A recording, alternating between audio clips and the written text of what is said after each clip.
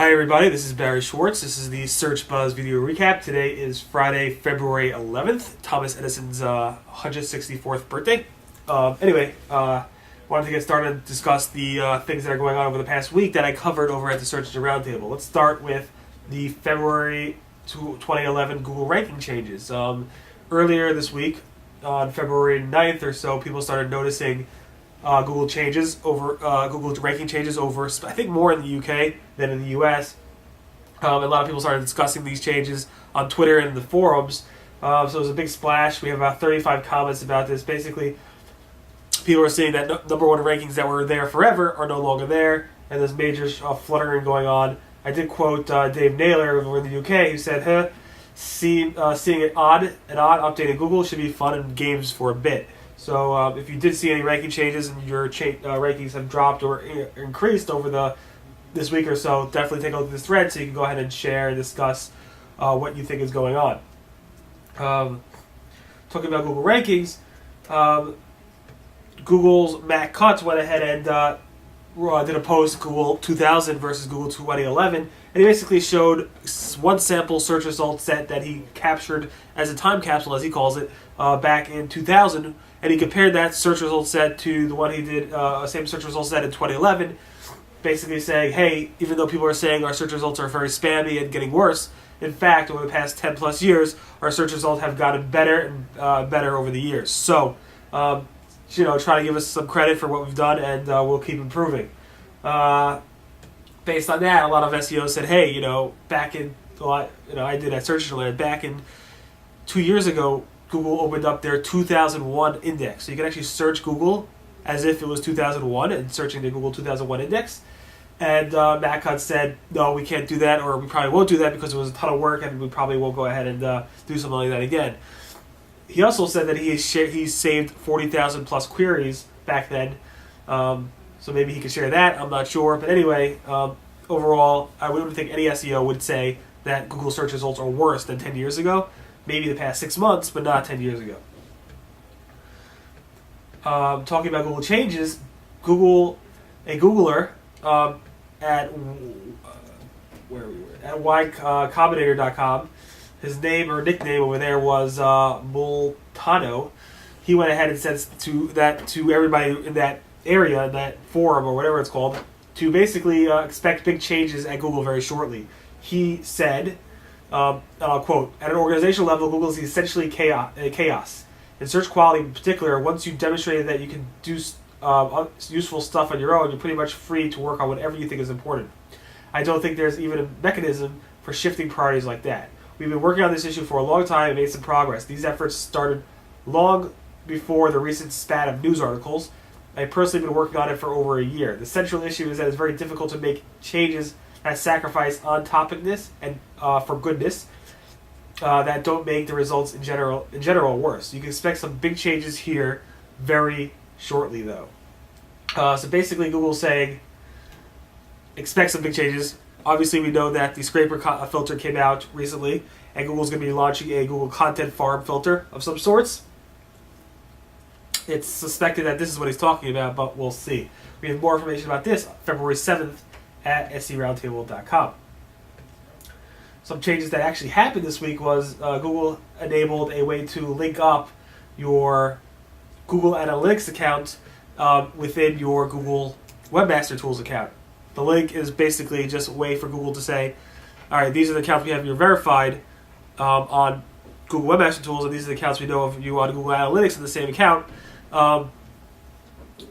We could actually give you a link within Google Webmaster Tools to your Google Referrals report on Google Analytics. It doesn't actually integrate the reports into one report. It basically lets you link over quickly to your Google Analytics report. It's one small step to make things more integrated. It would be great to see that happen in the future. I don't think we're going to see it anytime this year, to be honest. Talking about Google Webmaster Tools, Google's Googlebot Fetch as Googlebot feature, which was introduced in October 2009 under the Labs project, which is basically a beta section in Google Webmaster Tools, is now available or outside of beta. It's been moved under the Diagnostics tab It still works the same way, but it's removed. It's been removed from the beta or the lab section. So congratulations to the Fetch as Googlebot team for making that happen. The big AdWords news this week is that we no longer see the purple background. Now it's back to yellow. So let me give you some history. Let's go back. February. Let me just bring up my screen so you can actually see it while I walk you through it. February 2011, we went back to yellow, which is basically this week we went back to yellow. Everybody should start seeing it. If not today, definitely by the end of this week or early next week. The yellow background for the AdWords.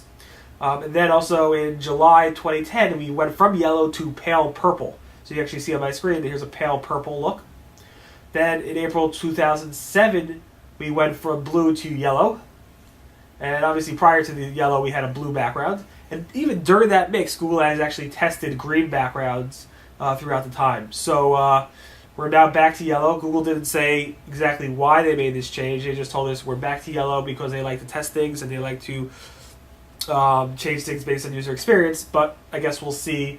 I personally think it's just changes the color, makes people remove some of that ad blindness that affects those search ads. So I assume Google's going to change it every 6 months or so to different colors, probably yellow, pale, purple, and also blue. I don't think they'll ever go green, but that's what we see right now.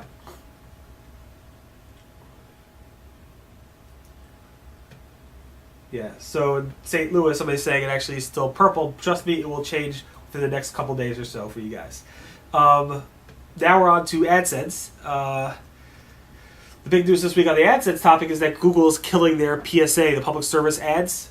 So no longer will Google be showing PSA ads in the future. I'm not actually sure when that's happening, but it is happening, and it's going to happen sometime in the near future. Google doesn't mean that Google's getting rid of their Google Grabs program, but they are getting rid of the PSAs, which is important for publishers to know because now the backup ads feature in the publisher console is going to remove the PSA option. It's going to only have show blank ad space, show other ads from another URL, or fill in space with a solid color. If you're upset that these good nonprofits are not benefiting from your website when Google can't match the ads, what you can do is use the show other ads from another URL and put your own PSA up if you like. So that's something you can actually do. We have more information about this February 8th at SEOroundtable.com. We also have a thread that we covered on the SEO topic on February 9th that pretty much goes through some of the best SEO tips being shared in the Webmaster World thread. Those things include, I'll quote from the thread, focus on semantics, focus on long-term and not on short-term goals, anticipate algorithmic changes months or years out, simple and validate your HTML, social networking and sharing for links, and give up on SEO altogether and just go with word of mouth.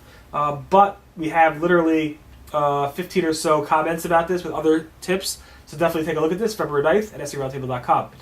Talking about SEO, this morning I posted about an SEO test conducted by one of the Webmaster World members. He basically tested things such as the HTML attributes, such as title tags, file names, image alt text, image title elements, anchor text, and so on. And he discussed if it was indexed, ignored, or even ranking in Google. So you definitely want to take a look at this. He did this 3 tests and has some pretty neat information in here.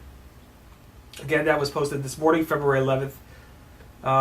Also, last night, Microsoft announced a partnership with Nokia. As you know, Nokia is pretty much losing the mobile battle, so Microsoft and Nokia are teaming up to go after Google and Apple. The deal for SEO's purposes is that Bing will be powering these Nokia devices, at least the search results. So that's one of the main things that SEO should know. If you want more information about this, February 11th at SEOroundtable.com. Finally, we have a bunch of logos to talk about, or a few. It was the Super Bowl this Sunday. Bing had a special theme.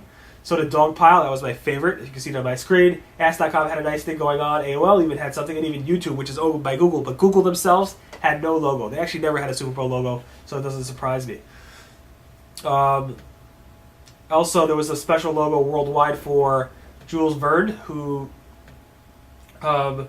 was the author of the novel 20,000 Leagues Under the Sea. It's one of the more popular novels out there that we ever heard of. And the actual logo was actually animated. It was pretty cool. It was powered. It was actually interactive. You could actually pull a bar down, or if you had a mobile phone, you'd actually take the phone, turn it, and it would actually act as a submarine, going down and up and left and right. It was actually powered by CSS3, and if it had the accelerometer components, like a mobile phone, like an iPhone or Android device, it would actually use the accelerometer on the phone, and actually you could power it that way. Outside of that, it was pretty cool. A very cool logo. I have a video of it on my blog on February 8th at seroundtable.com. Definitely take a look at that. And finally, this morning, it's, like I said, it's Thomas Edison's birthday today. He's 164 years old. So Google has a special animated logo for that. It's basically an animated GIF, nothing special, but it basically shows off some of his inventions. He was the most achieved inventor in world time ever, pretty much. He had over 1,000 U.S. patents. He invented things such as the motion picture camera and the electric light bulb. And Google has an animated logo showing some of his most important and famous inventions. And we also have a logo, a whole thing going on at the Search Engine Roundtable itself as well, and you can see that on my screen. Okay, so that pretty much recaps the Search Buzz video recap. Again, my name is Barry Schwartz. Thanks so much for listening, and we will see you guys next week. Today is February 11th, and have a great day, and have a great weekend. Bye.